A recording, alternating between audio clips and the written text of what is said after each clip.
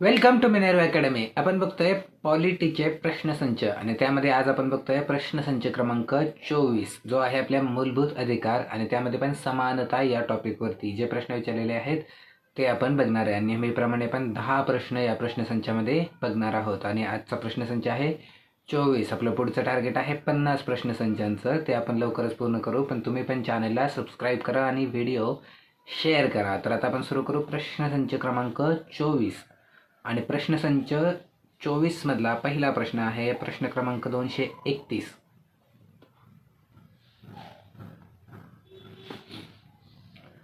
प्रश्न क्रमांक 231 आहे, कायद्यापुढील समानता इक्वॅलिटी बिफोर लॉ हा नियम अनिर्बंध नाही. त्या बाबतीत घटनात्मक आणि अन्य अपवाद आहेत. खालीलपैकी कोणते अनुच्छेद 14 अपवाद आहेत हा प्रश्न आहे आपला. तर आपल्याला काय विचारलंय, कायद्यापुढे समानता याला निर्बंध आहेत तर कुठले यापैकी अपवाद आहेत. आता आपल्याला काय पाहिजे तर अपवाद कुठले कुठले आहेत ते आपल्याला बघायचं आहे. पहिला आहे, भारताचे राष्ट्रपती आणि राज्यपाल यांना काही विशेष हक्क आहेत. बी आहे, संसद सदस्य आणि राज्याच्या विधानमंडळाचे सदस्य यांच्याविरुद्ध त्यांनी संसदेत अथवा राज्य विधिमंडळात केलेल्या भाषणाबद्दल कोणत्याही न्यायालयात खटला चालवता येत नाही. सी आहे, परदेशी दूत आणि राजनीतिज्ञ यांना फौजदारी दाव्याबाबत विशेष हक्क नाहीत तर केवळ दिवाणी दाव्याबाबत आहेत. आणि डी आहे, अनुच्छेद 31C हा अनुच्छेद 14 अपवाद आहे. आणि पर्याय उत्तर आहेत ए, बी आणि सी. दुसरं बी, सी आणि डी. तिसरं आहे ए, बी, सी आणि डी म्हणजे सगळेच. आणि चौथा आहे ए, बी आणि डी. आता आपल्याला काय पाहिजे आहे तर आपल्याला पाहिजे आहे इक्वॅलिटी बिफोर लॉ हा जो अनुच्छेद आहे अनुच्छेद 14. तर अपवाद कोण कोण आहेत तर आता आपण बघू की एक एक बघू अपवाद आहेत का. पहिला आहे, भारताचे राष्ट्रपती आणि राज्यपाल यांना काही विशेष हक्क आहेत. तर भारताचे राष्ट्रपती आणि राज्यपाल यांना काही विशेष हक्क आहेत म्हणजे त्यांच्याविरुद्ध फौजदारी कारवाई करण्याबद्दल किंवा दिवाणी कारवाई करण्याबद्दल किंवा त्यांच्या काही कृती जे पदावर असताना केलेली कृती याबाबत त्यांना विशेष हक्क आहेत. त्यामुळे तो कलम 14 अपवाद आहे. तर हे बरोबर आहे.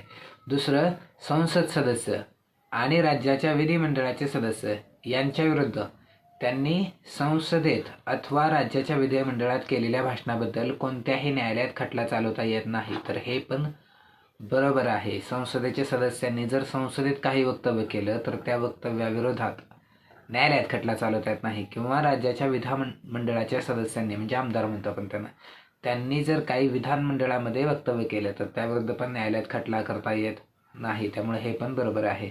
आता तिसरं, परदेशी दूत आणि राजनीतिज्ञ यांना फौजदारी दाव्याबाबत विशेष हक्क नाहीत तर केवळ दिवाणी दाव्याबाबत आहेत. आता परदेशी जे दूत आहेत ज्याला डिप्लोमॅटिक इम्युनिटी असं म्हणतो तर ते फौजदारी दाव्याबाबतीत पण आहे. त्यामुळे हे वक्तव्य आता चुकीचं आहे. आणि आता चौथं वक्तव्य काय, अनुच्छेद 31C हा अनुच्छेद 14 अपवाद आहे. तर आपण अनुच्छेद 14 म्हणजे कलम 14चे आपण अपवाद बघितलेले आहेत. त्यामध्ये 31C नुसार 39B आणि 39C यांचा प्राधान्यक्रम हा 14पेक्षा जास्त आहे. त्यामुळं 31C नुसार 39B 39C हे अपवाद आहेत. तर याचा अर्थ 31C अपवाद आहे. तर हे पण बरोबर आहे. त्यामुळे आपलं उत्तर काय येईल तर ए, बी आणि डी असलेला हा पर्याय क्रमांक 4 हे आपलं उत्तर येईल. हा जरा प्रश्न क्रमांक 231. आता बघू पुढचा प्रश्न क्रमांक 232. प्रश्न क्रमांक 232 काय आहे तर, भारतीय संविधानाच्या कोणत्या भागात कायद्याचे राज्य या तत्वाचा समावेश केला आहे. आणि अ, ब, क दिलेला आहे आपल्याला. अ काय दिलेलं आहे तर संविधानाची प्रस्तावना. दुसरा आहे भाग 3 मूलभूत हक्क. तिसरा आहे भाग 4 मूलभूत कर्तव्य. आणि आपल्याला काय विचारले, खालीलपैकी योग्य पर्याय निवडा. आपल्याला दिले अ आणि ब फक्त. दुसरा आहे अ, ब आणि क. तिसरा आहे ब आणि क फक्त. चौथा आहे वरीलपैकी कोणतेही नाही. आता आपल्याला काय विचारले तर कोणत्या भागात कायद्याचे राज्य या तत्वाचा समावेश आहे. आता कायद्याच्या राज्याच्या तत्वाचा समावेश विचारलेला आहे, शब्दाचा नाही. त्यामुळं शब्द असावा असं नाही आहे तर तत्व आहे का, तर तत्व आता कोणाकोणाकडे आहे. तर आता पहिलं तर आपल्या मूलभूत हक्कात आपल्याला कलम 14 नुसार कायद्याचे राज्य आहे. स्वातंत्र्याच्या आपल्या समानतेच्या कलमामुळं कायद्याचे राज्य हे तत्व आपल्या मूलभूत अधिकारात आहे. त्यामुळं हे ब आहे हे आपल्याला माहीत आहे. आता आणि क हे आपले राहिले. तर संविधानाच्या प्रस्तावनेमध्ये पण कायद्याच्या राज्याच्या तत्वाचा शब्दाचा जरी समावेश नसला तरी आपल्या न्याय, स्वातंत्र्य, समता आणि बंधुता यामुळं हे कायद्याचे राज्य या तत्वाचा समावेश आपल्या प्रस्ताविकेत किंवा सरनाम्यामध्ये पण आहे. आता तो मूलभूत अधिकारात मात्र नाही आणि त्यामुळं आपलं उत्तर काय येईल तर आणि ब असलेला हा पर्याय क्रमांक 1 हे आपलं उत्तर येईल.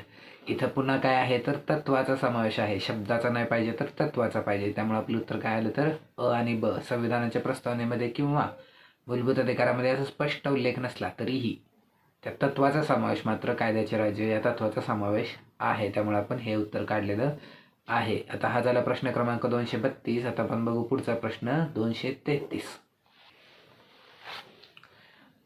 प्रश्न क्रमांक 233 आहे जोड्या लावा आणि आपल्याला मूलभूत अधिकारांच्या जोड्या लावायच्या आहेत. आपल्याला एका बाजूला काय दिले अनुच्छेद 14, अनुच्छेद 16, अनुच्छेद 17 आणि अनुच्छेद 18 आणि आपल्याला ब बाजूला दिलेले आहेत तरतुदी. आता हा प्रश्न बऱ्याच वेळा आलेला आहे हा किंवा अशाच प्रकारचा. तर आता 14 ते 18 आपल्याला अनुच्छेद आहेत. आपण त्याची सगळ्याची एकदा ओव्हरव्ह्यू घेऊ. 14 कशाचा आहे कायद्यापुढे समानता आणि कायद्याचे समान संरक्षण. 15 कशाचा आहे भेदभावाचा अभाव. धर्म, वंश, जात, लिंग आणि जन्माच्या ठिकाणी यावरून भेदभाव करण्यास बंदी. 16 कशाचा आहे तर 16 आहे संधीच्या समानतेबद्दल. 17 कशासाठी आहे तर अस्पृश्यता बंदी आणि 18 कशाचा आहे तर पदव्यावरती बंदी. हे आपल्याला आहे. तर आता आपण जोड्या लावूया. जोड्या लावताना आपण नेहमी काय करायचं असतं जे आपल्याला गॅरंटेड माहिती आहे तिथून सुरू करायचं आहे. तर आता अनुच्छेद 14. अनुच्छेद 14 आपल्याला कशासाठी माहिती आहे तर कायद्यासमोर समानता आणि कायद्याचे समान संरक्षण. त्यामुळं ए साठी जोडी येईल 4. त्यानंतर आता अनुच्छेद 16. अनुच्छेद 16 कशासाठी आहे अनुच्छेद 16 संधीच्या समानतेसाठी आहे. त्यामुळं अनुच्छेद 16 साठी 2 ही जोडी येईल. त्यानंतर अनुच्छेद 17. अनुच्छेद 17 कशासाठी आहे तर अनुच्छेद 17 आहे अस्पृश्यता बंदी. त्यामुळं अस्पृश्यता समाप्ती 1 येईल. सी साठी 1 जोडी येईल. आणि त्यानंतर अनुच्छेद 18. अनुच्छेद 18 कशासाठी आहे तर पदव्यांची समाप्ती. त्यामुळं डी साठी येईल 3. या जोड्या आपण लावलेल्या आहेत. आता आपलं उत्तर बघू काय येईल. आपली ए साठी जोड आलेली आहे 4.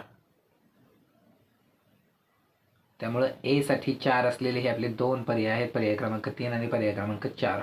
त्यामुळे 1 आणि 2 इलिमिनेट झालेले आहेत. दुसरं आहे आपलं अनुच्छेद 16 साठी आपल्या आलेले आहे 2. त्यामुळे 4 बी साठी 2 असलेले हे दोन्ही पर्याय आहेत. त्यामुळे आपल्याला तिसरं पण कन्फर्म करावं लागेल. अनुच्छेद 17 अस्पृश्यता समाप्ती. त्यामुळे सी साठी 1 असलेला हा पर्याय आहे. त्यामुळे आपलं उत्तर काय येईल तर हे पर्याय क्रमांक 4 आपलं उत्तर येईल. हे झालं आपलं उत्तर प्रश्न क्रमांक 233. आता बघू प्रश्न क्रमांक पुढचा 234. प्रश्न क्रमांक 234 पण अनुच्छेदांसाठीचाच आहे. तर समानतेच्या अधिकाराशी संबंधित जोड्या लावा. आपल्याला एका बाजूला दिले 14, 16, 17 आणि 18 आणि आपल्याला दिले पदव्यांची समाप्ती, कायद्यासमोर समानता, अस्पृश्यतेची समाप्ती, सार्वजनिक नोकरीबाबत समान संधी. आता आपल्याला जोड्या लावायच्या आहेत. तर आपल्याला 14 माहिती आहे. 14 काय आहे कायद्यासमोर समानता आणि कायद्याचे समान संरक्षण. तर आता ही जोडी येईल. त्यानंतर पुढचं काय आहे 16. 16 कशासाठी आहे तर सार्वजनिक नोकरीबाबत समान संधी, संधीची समानतेबद्दल 16 आहे. त्यामुळं बी साठी 4 येईल. त्यानंतर 17. 17 काय येईल अस्पृश्यतेची समाप्ती. त्यामुळे 17 साठी अस्पृश्यतेची समाप्ती म्हणजे हे सी येईल. आणि त्यानंतर 18. 18 काय आहे तर 18 नुसार पदव्या समाप्त झालेल्या आहेत. पदव्या कुठल्या तर जे इंग्रज द्यायचे विविध पदव्या राव बहादूर वगैरे अशा त्या पदव्या समाप्त झालेल्या आहेत. शैक्षणिक आणि लष्करी पदव्या आहेत अजूनही चालू आहेत त्या. तर हे झालं आपलं उत्तर काढलेलं आहे. आणि आता आपण बघू की आपले काय काय आलेलं आहे. तर ए साठी आपली जोडी आलेली आहे 2. ए साठी 2 असलेल्या पर्याय क्रमांक 1 आणि 2 आहे. त्यामुळे 3 आणि 4 एलिमिनेट झालेलं आहे.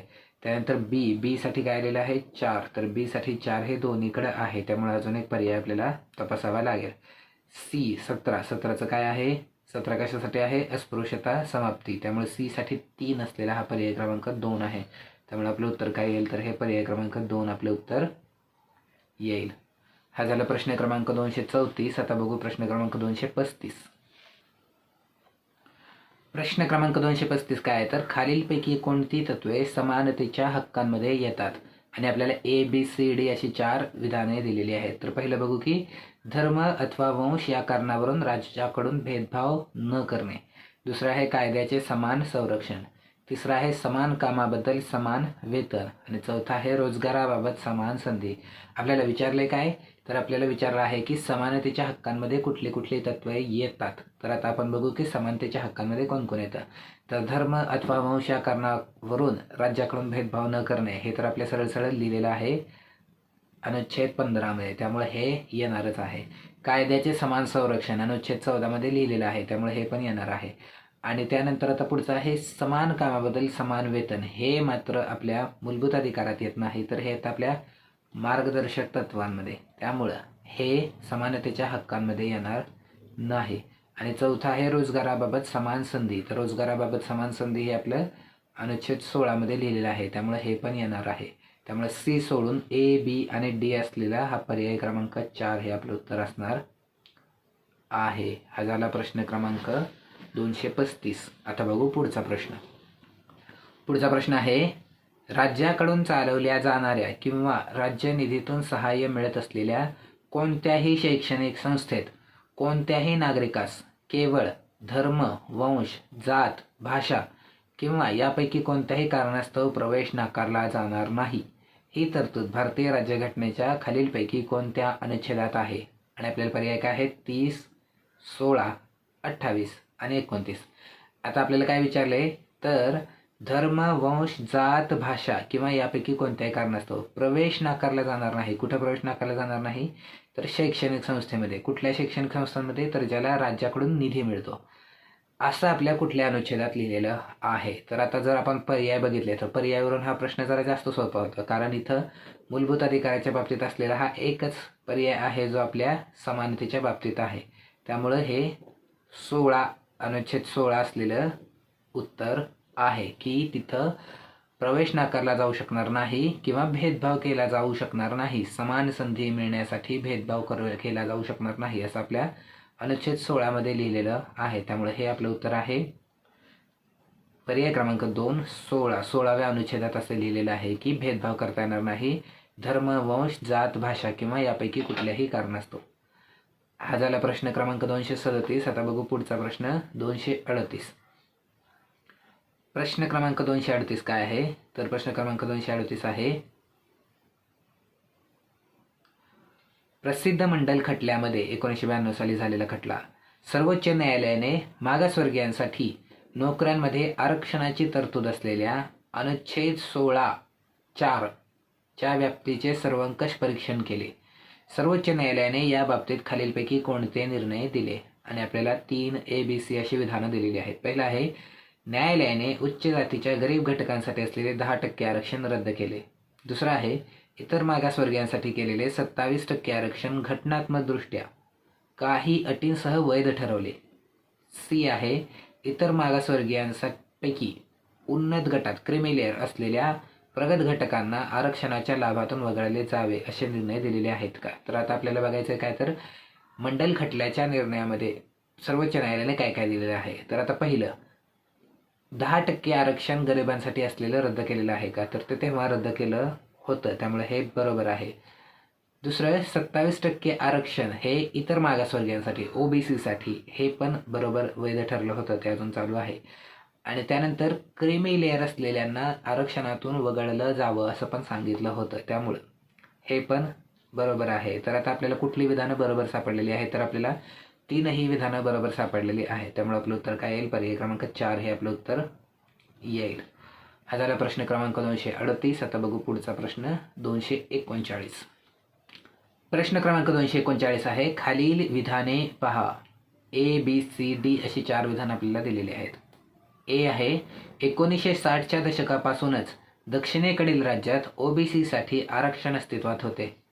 बी आहे उत्तर भारतात कर्पूरी ठाकूर या बिहारच्या मुख्यमंत्र्यांनी बिहारमध्ये OBC आरक्षणाच्या धोरणाची सुरुवात केली.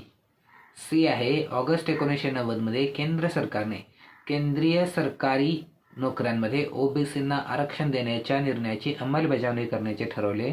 आणि चौथा आहे भारतीय समाजातील OBC मधील शैक्षणिक आणि सामाजिक मागासलेपणाचे प्रमाण शोधून काढण्यासाठी मंडल आयोगाची स्थापना करण्यात आली. आणि आपल्याला पुढे काय म्हणतात, भारतातील ओबीसी आरक्षणासंबंधी वरीलपैकी कोणती विधाने बरोबर आहेत? आणि आपले पर्याय काय आहे तर ACD, दुसरा आहे BCD, तिसरा आहे ABC आणि चौथा आहे वरीलपैकी एकही बरोबर नाही. आता जर पर्याय बघितले तर यात आपल्याला हे दिसतंय की एकही बरोबर नाही हा एक पर्याय आहे आणि उरलेले 3 पर्याय ज्यामध्ये 3 विधानं बरोबर आहेत असं म्हटलेलं आहे. याचा अर्थ एक विधान तरी कुठलं तरी चुकीचं असणार आहे किंवा 4ही असू शकतील जर आपलं उत्तर पर्याय क्रमांक 4 असेल तर. तर आता आपण बघू की पहिला प्रश्न. पहिलं काय आहे? पहिलं विधान आहे 1960च्या दशकापासूनच दक्षिणेकडील राज्यात ओबीसीसाठी आरक्षण अस्तित्वात होते. तर ही गोष्ट बरोबर आहे. ओबीसी आरक्षण हे दक्षिणेमध्ये खूप आधी सुरू झालेलं आहे. म्हणजे उत्तर भारतामध्ये मंडल आयोगाच्या शिफारसीनंतर त्याच्या सुरुवात झालेली आहे. पण दक्षिणेमध्ये मात्र खूप आधी झालेली आहे. त्यामुळे 1960च्या दशकापासूनच दक्षिणेकडील राज्यात ओबीसीसाठी आरक्षण अस्तित्वात होते हे बरोबर आहे. दुसरं हे की उत्तर भारतात कर्पूरी ठाकूर या बिहारच्या मुख्यमंत्र्यांनी बिहारमध्ये ओबीसी आरक्षणाच्या धोरणाची सुरुवात केली. तर हे पण विधान बरोबर आहे. त्यासाठी त्यांनी स्वतंत्र आयोग पण नेमला होता आणि ओबीसी आरक्षणाची सुरुवात बिहारमध्ये कर्पूरी ठाकूर या मुख्यमंत्र्यांनी केलेली आहे. हे पण विधान बरोबर आहे.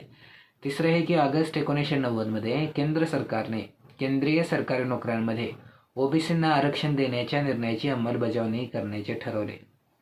तर हे पण बरोबर आहे. ऑगस्ट 1990मध्ये VP सिंग सरकार होतं आणि त्यांनी या मंडल आयोगाच्या शिफारसी लागू करण्याची त्याची अंमलबजावणी करण्याची सुरुवात केली होती. तर हे पण विधान बरोबर आहे आणि आपल्याला 3 विधानं बरोबर मिळालेली आहेत. आता यावरून आपल्याला उत्तर पण मिळालेलं आहे की ABC हे विधान आपले बरोबर आहेत. याचा अर्थ D विधान हे चुकीचं असणार आहे कारण सर्व विधान बरोबर हा पर्याय कुठंही नाही आहे. त्यामुळे हे आपलं उत्तर आलेलं आहे A, B आणि C.